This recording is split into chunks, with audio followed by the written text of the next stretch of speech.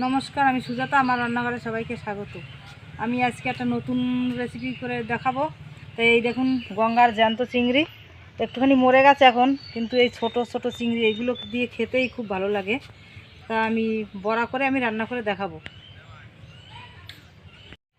এই দেখুন, চিংড়ি মাছ আমি এখন বেছে নিচ্ছি আর নারকেল কুড়িয়ে নিয়েছি। এই দেখুন, চিংড়ি মাছ বেছে আমি ধুয়ে নিয়ে এসেছি। এখন এই নারকেলের ভিতরে এই চিংড়ি মাছ দিয়ে আমি বেটে দেখাবো। যদিও বা ছোটো চিংড়ি মাছগুলো, কিন্তু খেতে খুব টেস্ট, গঙ্গার চিংড়ি তো। এই দেখুন, আমি বেটে নিয়েছি সবগুলো। এখন আমি স্বাদ মতন এতে নুন দিয়ে দেবো আর হলুদ দেবো পরিমাণ মতন, দিয়ে আমি মাখিয়ে নেব।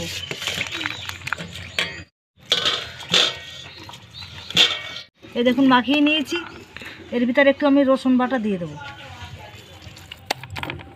এই দেখুন, অল্প করে আমি চিনি দিয়ে দিয়েছি এর ভিতরে। মাখানো রেডি। কড়াই গরম হয়ে গেছে, এখন তেল দিয়ে দেবো। এই দেখুন, তেল গরম হয়ে গেছে। এখন আমি একটা একটা করে দিয়ে দেবো এইভাবে। এই দেখুন, লাল করে ভাজা হয়ে গেছে। এখন আমি তুলে নিচ্ছি। বড়া ভাজা সবগুলো হয়ে গেছে। এখন আমি আবার তেল দিয়ে দিচ্ছি কড়াইয়ের মধ্যে। শুকনো লঙ্কা, জিরে আর তেজপাতা দিয়ে দিয়েছি।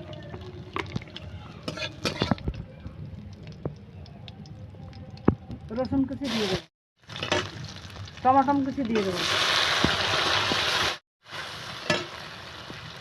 স্বাদ মতন আমি নুন দিয়ে দিয়েছি। হলুদ দেবো পরিমাণ মতন। লঙ্কা বাটা দেবো, রসুন বাটা, আদা বাটা,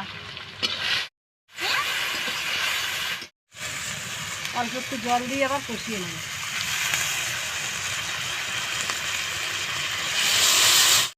কষানো হয়ে গেছে। এখন আমি এই বড়াগুলো এর উপর দিয়ে দেবো। সব উপর দিয়ে আমি জল দিয়ে দেবো। মাখা মাখা আমি জল দিয়েছি। ধনে জিরে গুঁড়ো করে নিয়েছি, উপর দিয়ে দিয়েছি। গরম মশলা গুঁড়ো উপর দিয়ে অল্প করে দিয়ে দিচ্ছি।